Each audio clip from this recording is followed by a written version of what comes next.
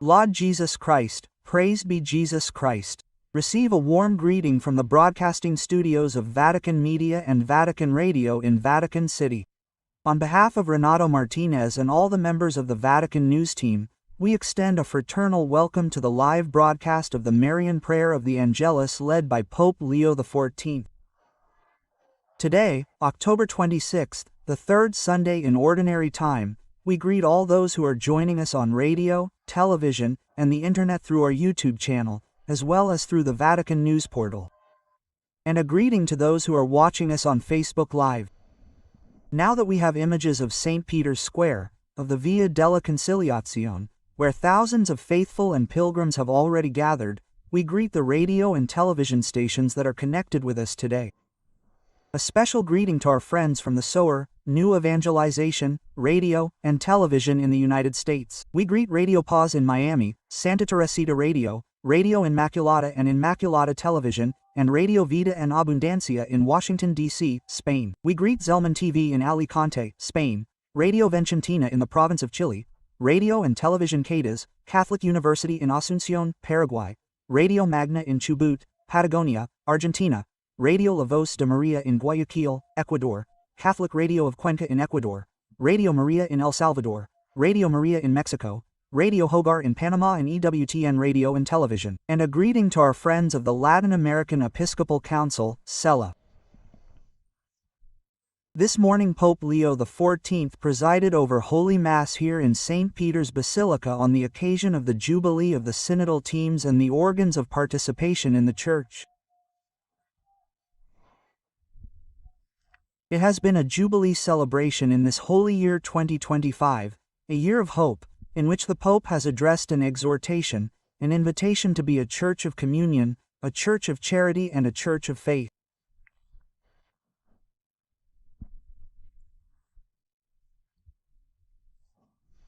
And today we are here, about to begin the Marian Prayer of the Angelus, remembering that the liturgy presents us this Sunday of the third week of Ordinary Time with the Gospel according to St. Luke, chapter 18, from 9 to 14, which tells us the parable of the Pharisee and the tax collector, which will surely be at the center of the Holy Father's reflection this Sunday, where many thousands of faithful pilgrims are already waiting, as they are listening, invoking his name, Pope Leone, so that in a few seconds he can appear here, from the window of the Apostolic Palace, to lead the Marian Prayer of the Angelus.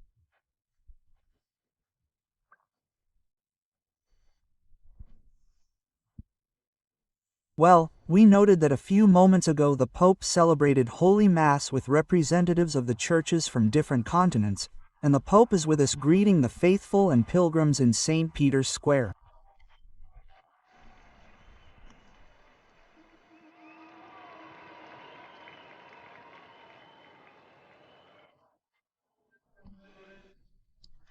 Dear brothers and sisters, have a good Sunday.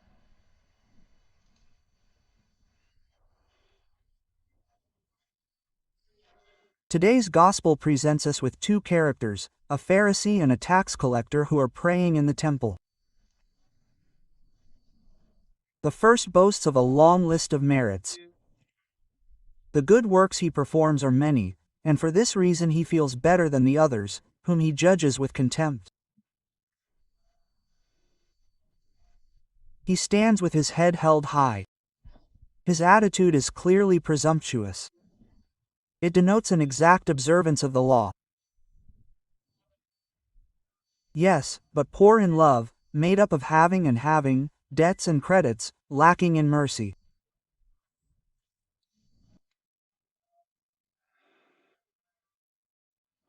The tax collector is also praying, but in a very different way.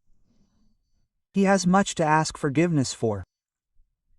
He is a tax collector in the service of the Roman Empire who works under a public contract, which allows him to speculate with the income to the detriment of his own compatriots.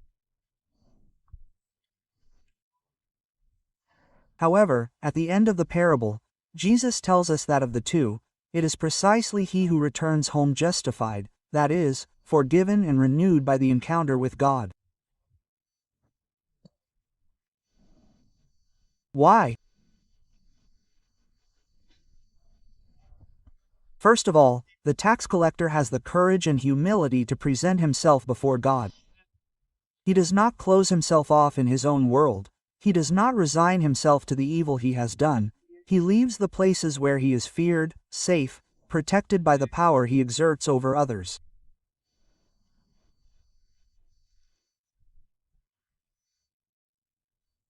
He goes to the temple alone, without an escort, even at the cost of facing harsh looks and severe judgments, and places himself before the Lord at the back, with his head bowed, uttering a few words, "God, have mercy on me, a sinner."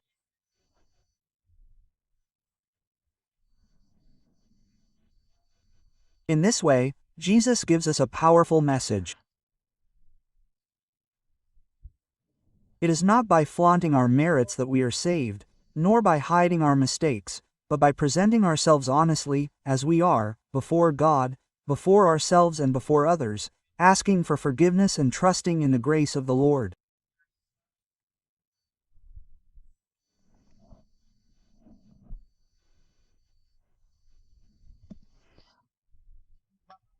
Commenting on this episode, St. Augustine compares the Pharisee to a sick person who, out of shame and pride, hides his wounds from the doctor, and the tax collector to another who, with humility and wisdom, shows the doctor his wounds.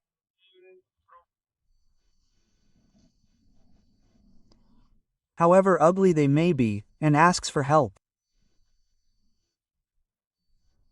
And he concludes, "Is it not strange, then, that the tax collector who did not hesitate to show his pain was more cured?"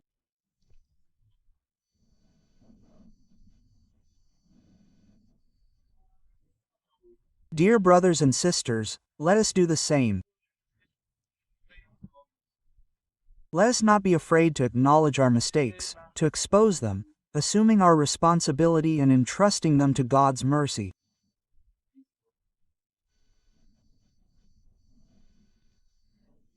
In this way, His kingdom can grow within us and around us. It does not belong to the proud, but to the humble, and is cultivated in prayer and in life through honesty, forgiveness, and gratitude.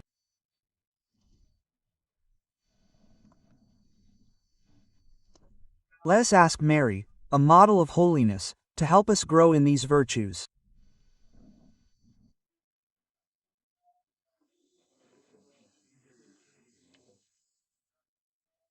Hail Mary, full of grace, Dominicum benedictus benedictus frus venter su Jesus Mercator.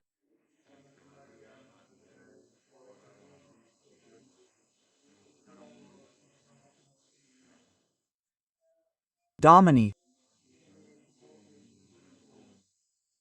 Hail si grana Dominum blessed. Frus Jesus Merd.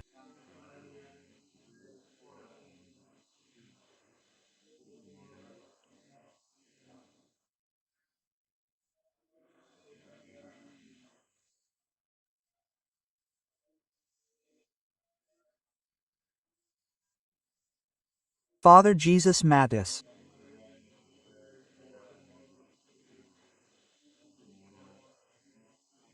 Nostrae pro nobis de genetri.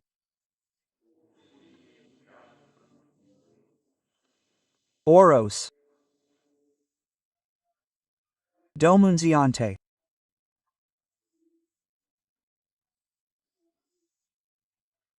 Incarna. Resurrect glor. Domin gloria.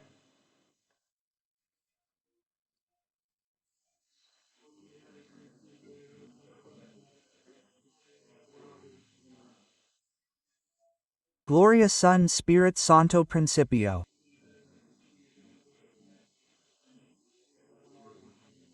Gloria.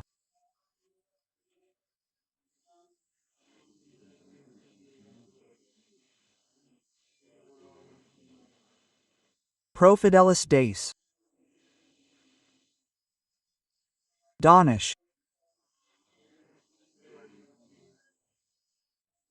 In pacem. Diminiscumen. Dom Benedum.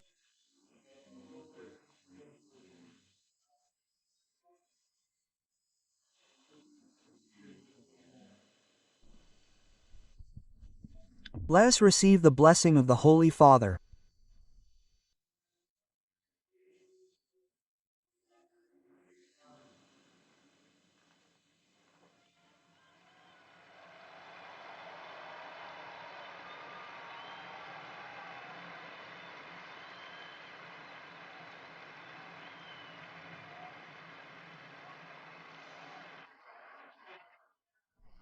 Dear brothers and sisters,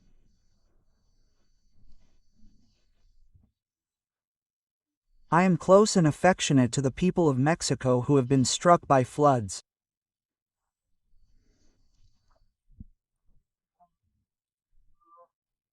And to all those who suffer because of these calamities, and I commend to the Lord, through the intercession of the Holy Virgin, the souls of the deceased.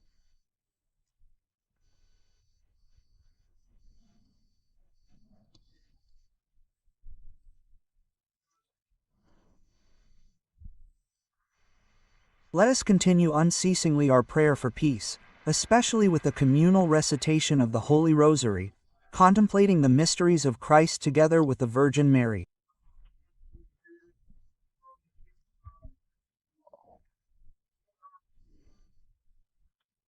Let us make our own the suffering and the hope of the children, of the mothers, of the fathers, of the elderly victims of war.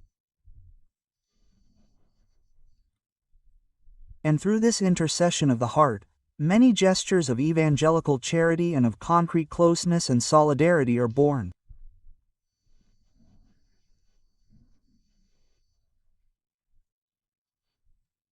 To all those who each day carry out this commitment with confident hope, I say, blessed are the peacemakers.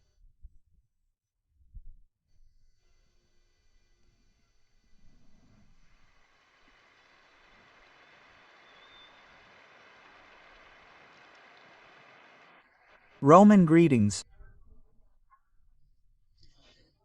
I greet all of you, pilgrims and Romans who have come from different parts of the world.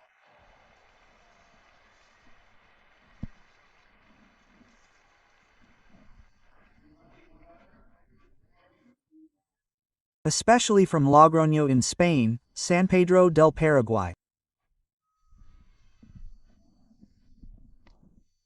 Recreio in Brazil, and the Cubans living in Europe. I greet the faithful of Genoa, Corrado, Fornova and San Giovanni, Milan, Giovanni, San Giovanni Larione, Porto Lanego, and the young people of Chicli, the confirmants of the Diocese of Saluto,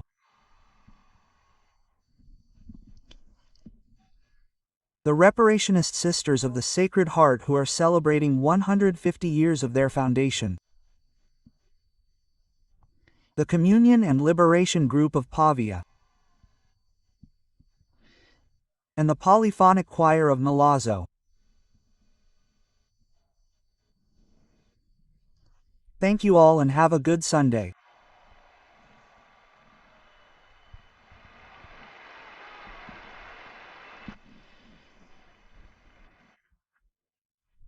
With this demonstration of closeness and affection, especially for the people of Mexico, who have been affected for several weeks by heavy rains and floods, Pope Leo XIV concluded the Marian prayer of the Angelus for this third Sunday in Ordinary Time, in which he encouraged us to continue being builders of peace and above all creators of communion in the Church. On behalf of Redo Martinez and all the members of the Vatican News team, we thank you for being with us and invite you to stay tuned to Vatican Radio Vatican News. We wish you all a good Sunday and a good start to the week. Laudator Jesus Christus, praised be Jesus Christ. We leave you with these images of St. Peter's Square.